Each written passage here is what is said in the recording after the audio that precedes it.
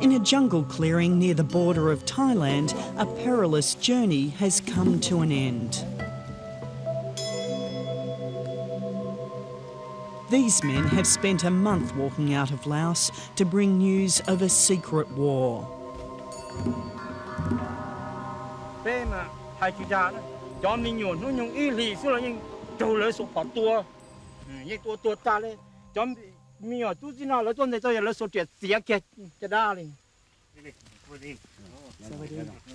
Mulia and Chai Pao Young are leaders of a resistance group in the remote hills of that closed communist state.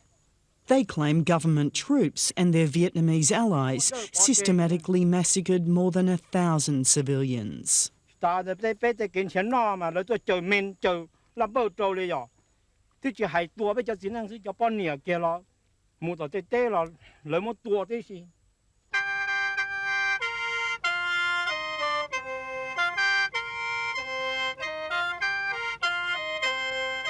Laos has long been thought of as a sleepy backwater, a dependable, secure buffer state between Thailand and Vietnam. Not much happens here to bother the outside world, and if it does, the regime does its best to keep it secret.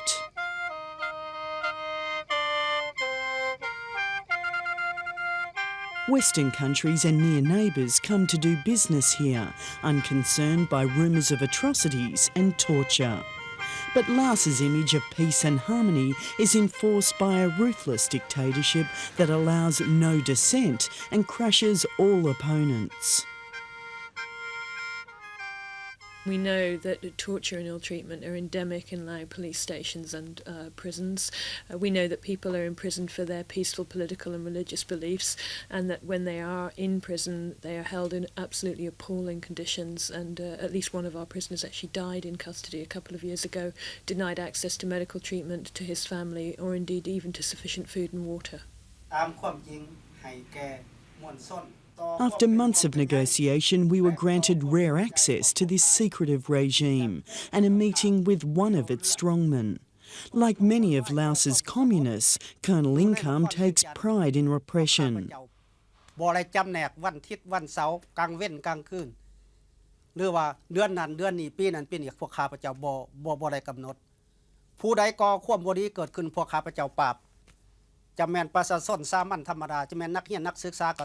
How widespread is opposition to the government?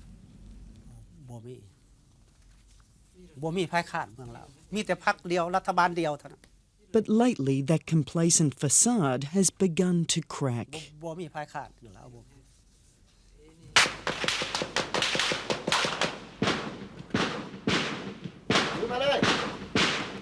On July 2nd, about 70 anti-government insurgents seized a border post on Laos's southern frontier with Thailand. 6 rebels were killed in the ensuing gunfight with Laos troops. 28 fled to the Thai side and were arrested. It was an act of military futility driven by desperation. ยังคิดว่าประชาชนลาวอยู่เมืองลาวซ้ำว่าเขาตกมรดกเลยอยากพื้นผู้ให้เป็นประชาธิปไตย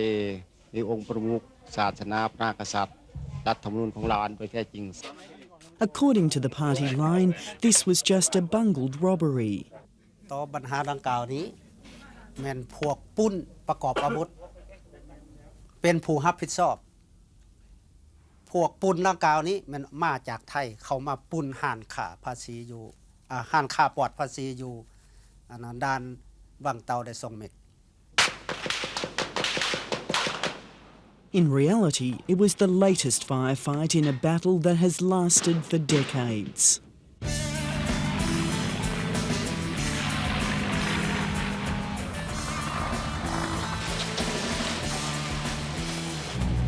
Throughout the 60s and early 70s, Laos was the secret flip side of the Vietnam War. Officially, this was a neutral country. But both North Vietnam and the United States sponsored a brutal civil war. The Viet Cong ran communist guerrillas in the east.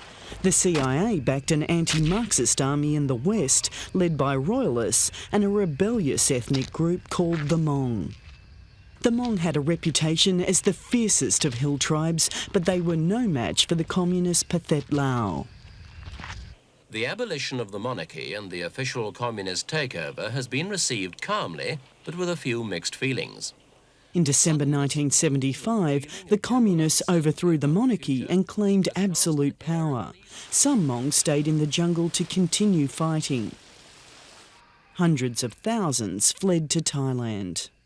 Many stayed in Laos and tried to blend into civilian life, but the danger of reprisal was never far away.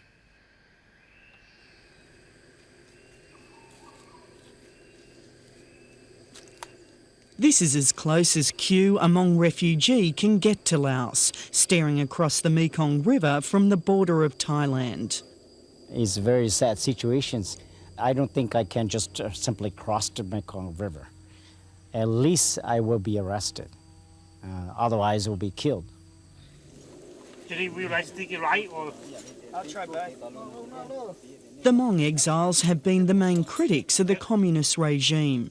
Q now works in the United States with leaders of the old CIA-backed rebellion.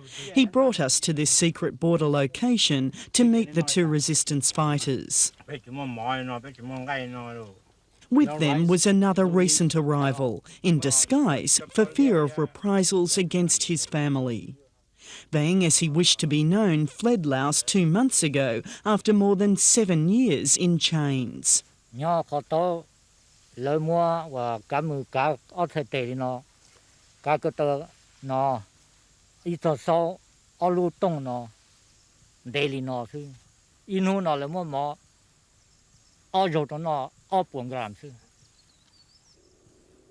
Vang and his two brothers were in prison without trial in 1992 after they were recognised as former CIA soldiers. He believes his brothers have been executed.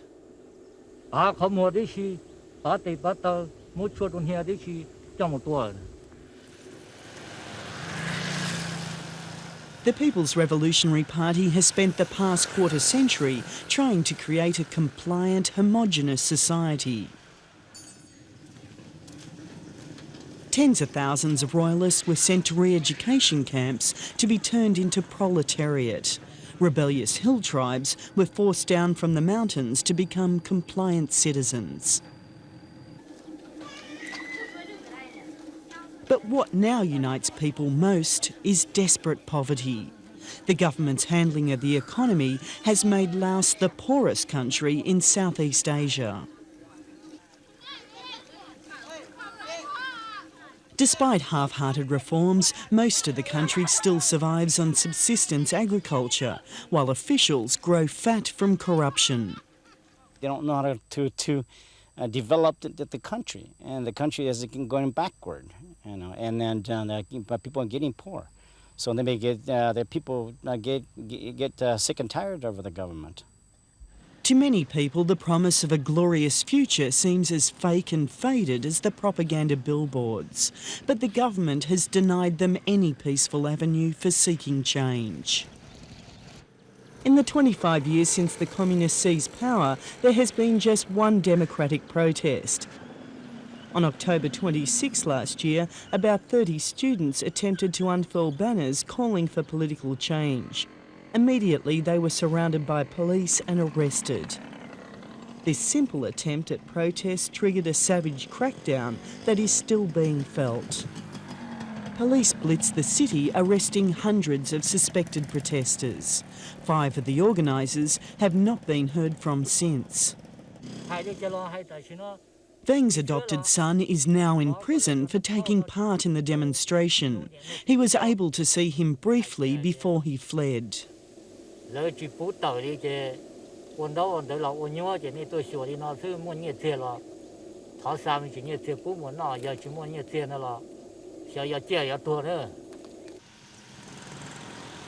The government's public response has been to deny there was any protest.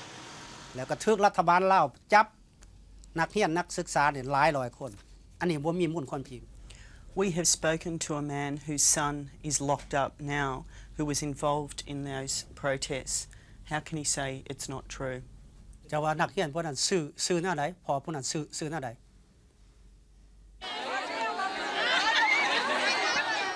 The human rights record of the Laos regime is arguably even worse than Burma's, where opposition is repressed, but at least through opposition leader Aung San Suu Kyi allowed to speak out. It's very clear that there have been a lot of problems in Laos for a long time. I think one of the problems that we face is this wall of silence from the Lao government means that if people want to ignore the kind of violations that are going on, they find it very easy to do so. But that doesn't mean they're not happening. They are.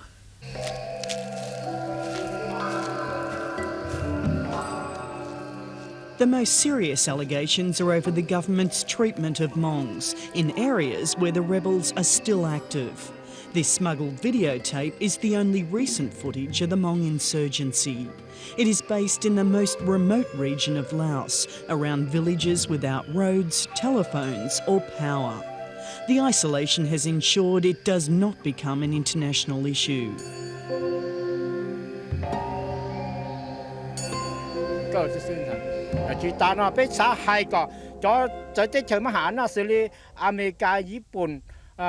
Australia, Canada เลยจอนะชอบมัวเนี่ยเจ้าตัวป้าลมรัฐบาลบลอนะหรือมัวเนี่ยเจ้าตัวป้ารัฐบาลบลอจะรัฐบาลมัวจอนจะจะมัวยั่วเก็บพอตัวเป็นก็ซื้อยอนมากุศลจะเลยอีจอจีเกกุ้งชอตัวเป้เท่าไหร่อวยจานะเป็นยุ่งยาวด้วยตัว Mo Yea and Chai Pao showed areas along the Vietnam border they claimed had experienced repeated airstrikes. Plane took off from Siang Quang and Bam Muang Cha area. Government troops have fought insurgents here every dry season for many years. But in the lead up to the revolution's 25th anniversary, the attacks have intensified, along with claims of civilian casualties. 被英者自些就被話就是嘛，上咯嘛，老多被行車就共咁人一拉中行啦，係掹到呢就共咁人一拉中行嘛，多好多嘢，因為一拉多中就被因為全部跌破咗，被幫緊你多嘢咯，就多一破二破先，เนี่ยตัวเนี่ยเกินก็จะกำลังเนี่ยละตัวจ้องให้เจตัวปัวจะเป็นแต่รู้รอยตัวน้องทอเลยฮะเนี่ยแต่รู้ขอเจตัวกลีตัวปัวตัวหม้อเราเป็นชิมชั่วครูเป็นชิมหมอนน้อยเจพี่แต่ตัวหม้อเราตัวเลยนะ This is as close as we could come to the Hmong insurgency, Laos's northeast border with Vietnam. It is a highly restricted zone, unwelcoming to journalists. Last May, the Vietnamese army announced it would work with Laotian troops to crush the insurgency. The close security links are already obvious. At this border checkpoint, we saw Laotian soldiers waiting in no man's land to cross into Vietnam.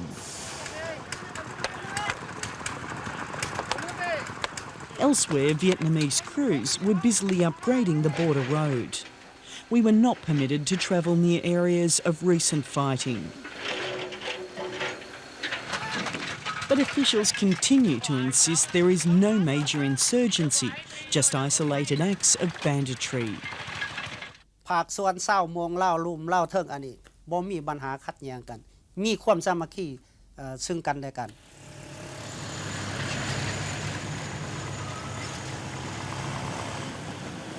But the insurgency is not the only challenge to the regime. There has also been a series of mysterious bombings. On March 30, a hand grenade was tossed into this popular tourist restaurant in Vientiane. 13 people were injured, including 9 foreigners. Since then, there have been at least 9 other bombs.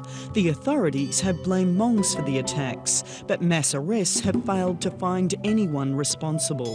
The Hmongs deny any involvement.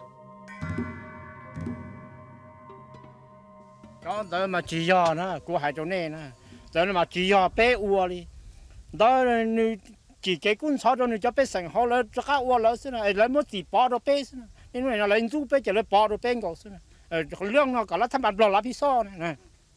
Does he think that opposition, that people who are unhappy, is growing? ตัวนี้อาจจะลดพอถูกประชาชนปราบจออยู่บนใดประชาชนก็ปราบมัดบ่ให้ขึ้น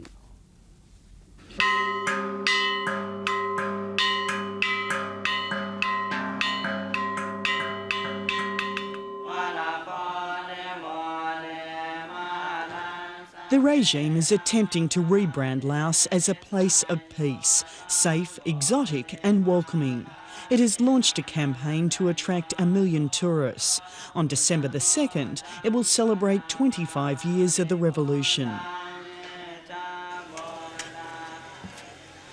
No matter how desperate the people become, the regime is likely to endure.